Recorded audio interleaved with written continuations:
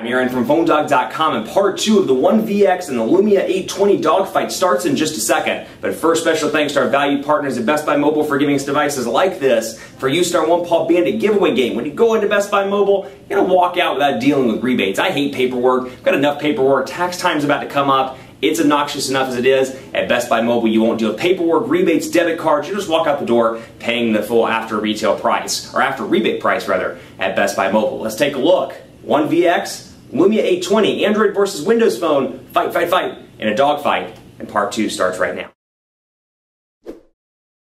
Part 2 of a dogfight battle between the One VX and the Lumia 820, two mid-range devices on AT&T that pack a pretty serious punch. One has a 1.2 GHz dual-core Snapdragon S4 processor. One has a 1.5 GHz dual-core Snapdragon S4 processor. This one's got a bigger display, this one's got a smaller display, all kinds of crazy specs, and it really depends on what matters most to you. If you're looking for a better camera or something with a better megapixel image sensor, you're going to want to go with the 820. If you want to go with the bigger display, you're going to want to go with the One VX. We're trying to decide which one has the best all-around package, and that's what we're going to do in part 2. We're going to kick it off by taking a look at the web browser on both of these devices, both of which are running AT&T's 4G LTE, and I'll tell you in the Dallas metro area it works just fine. Speeds are anywhere between 12 and 25 megabits per second generally. Upload speeds generally between 8 and about 15 megabits per second. Very fast all around, and I've found the One VX to be a great go-to device for a lot of people, because I feel like it fits a lot of different lifestyles. You've got the person that's the Android lover, doesn't want to spend a ton of money on a Galaxy S3 or a Note 2 or a 1X Plus, but they want something with some power. This has got some pretty decent specifications for the buck. Here's PhoneDog.com. You can see it loads up nice and fast. Portrait to landscape,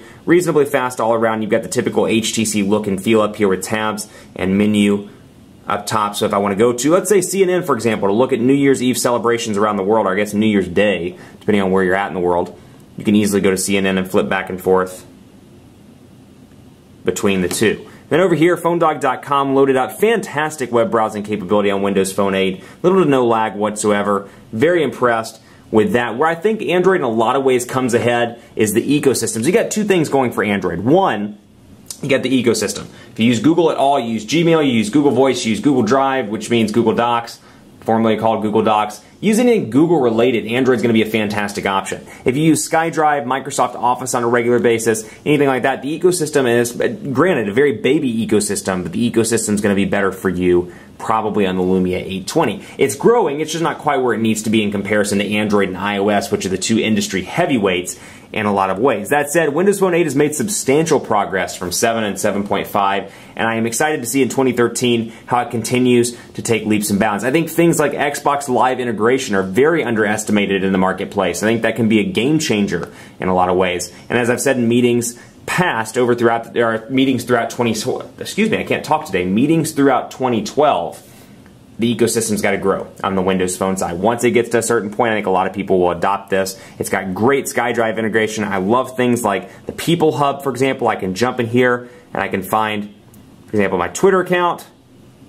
I can go to what's new. I've got my Twitter account here, and I'm in between some Twitter accounts, so that's not showing up properly, but I've got my Twitter news that will show up right there. And then I've got these family rooms as well, which is a fantastic option for a lot of people that have Windows Phone 8. So if mom, dad, brother, sister have Windows Phone 8, they can all get in a family room and send messages. They can sync up calendars and more thanks to the integration with Windows Phone 8. Another thing I like a lot, and let me see if I have it over on this one. I do, good. Kids Zone, which I have turned on. You can set this up and put in whatever programs you want with the exception of email or phone. And all you have to do, instead of going up on the lock screen, you can swipe to the right, or swipe to the left rather, and access, in this case, Timmy's custom area, Kids Corner, Kids Zone, as you want to call it. I call it Kids Zone. It's actually Kids Corner according to Microsoft. But you can see you can really make this your own, kind of customize it around, change it as you see fit, and you can change the colors within Kids Corner. I can change the Timmy's name if I want to. If I want to call him Little Timmy, I can change the background to dark, and I can go right back and go to Timmy's. Then when I want to turn it off, I just have to turn it off and back on, and I can access my normal Windows Phone 8. Now that can be password protected as well, so if you don't want your kid getting in and checking your email or calling people on your phone or doing stuff they shouldn't be doing, you can set up a Kids Corner, lock your phone, and it's that quick and that easy. So little options like this are really making Windows Phone 8 great. I just look forward to the time where it jumps ahead in a lot of ways and continues to do well, and hopefully we'll see that in 2013. Let's take a look at the marketplaces as well. Respected marketplaces on both of these devices. Google Play over here, Windows Store, Windows Phone Store over here, Microsoft Store, whatever you want to call it. and that's loading up right now. Now you've got AT&T featured in Nokia collection, which we'll talk about some of the Nokia value-added applications in just a second. But you got phone over here, or Play Store rather, over here with a combination of stuff. You've got books, music, magazines, movies, and TV, and then of course apps. Over here you've got that as well, apps, games, music, and podcasts. So I can go into music and take a look at, for example, let's type in, let's find a good one, Heartbreak. And let's see what comes up. And so you got a bunch of different music that pops up. Welcome to Heartbreak, Electric Daisy Carnival. My heart is actually not breaking, but I was thinking of that country song, Somebody's Heartbreak, actually, is what let's see if I can put it in backwards and it'll come up. There it is, Somebody's Heart, Hunter Hayes sings that. So you got the song here, and Wanted, he does Wanted as well, and I can play that, I can buy it for $1.29. So you got a lot of popular songs over here as well as you do in Google Play. I find that both of these aren't quite up to par in comparison to Apple's Music Store with iTunes Music Store, but still you can get some nice music in both the Google Play Store and over on the Microsoft Store as well. Let's take a look also while we're in here and kind of switching gears just a bit. Let's take a look. I'm going to go down here and find it. Local Scout. This is one of my favorite options on Microsoft. And we'll talk about the Nokia value adds as well. So let's say I landed in San Francisco or San Diego or somewhere outside of home. Let's say I'm away from Dallas. And I find a good place. I'm landing there for work. And I'm like, I need a good place to eat or a good place to drink or a place to stay in a hotel. Well, you've got this thing called Local Scout, which is built in. And I'm not quite sure why it's not loading. It's taking its sweet time. Let's see what's taking this so long. Let's see. Come on, come on. That's taking too long. Let's see if we can get the Nokia version. That's the Windows Phone version. Let's do Nokia City Lens. This is actually one of my favorites. Let's see if we can get this to pop up. Here we go, Dallas. This is the Nokia options. That actually kind of jumps us right into the Nokia alternatives. Food, for example, I can scroll around.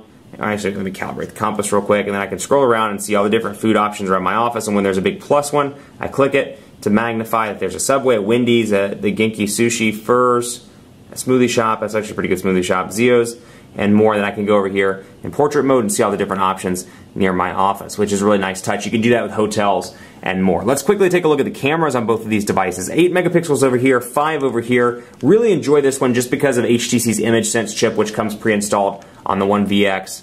And we'll jump over here and see as well. Press and hold the camera button. This has a physical camera button. The One VX does not. We're going to bring over a competitor here. We'll bring over the One X Plus to take a look at. And let's see here. Let's back it out a little bit so it's not so blown out. And you can take quick images. Same thing over here. Let me turn the sound up so you can hear it. Burst mode. When I'm done, I can choose the best image and more. I find the overall image quality to be maybe slightly better on the Lumia 820, but I actually like the shooter over on the One VX a little bit better because of burst mode. And granted, you can go into the Windows Marketplace and grab some alternatives, things like Panorama. If we go back to the store, I can show you, for example, over here, you've got apps, games, music, and podcasts. But you've got the Nokia collection, Photo Beamer, Smart Shoot, so you get some other alternatives if you want them to really make the camera great. Cinemagraph, Creative Studio, you got Panorama, which is there, and you can download that and use those as kind of lenses, if you will, for your camera. 8 megapixels over here, 5 megapixels over here, and then of course your shortcuts over on this side as well. Video quality, image resolution, and more. And then over here, we've got those options. And let's jump through here. Photo settings, video settings, as you can see. And you can select video for standard quality, or I can go into photo settings and see all my different white balance, aspect ratios, and more. I do like the ability over here where I can scroll back and forth between my live images and then of course the gallery itself and just scroll right back in and out. It's easy. It's the flagship quote, if you will, of Microsoft's Windows Phone.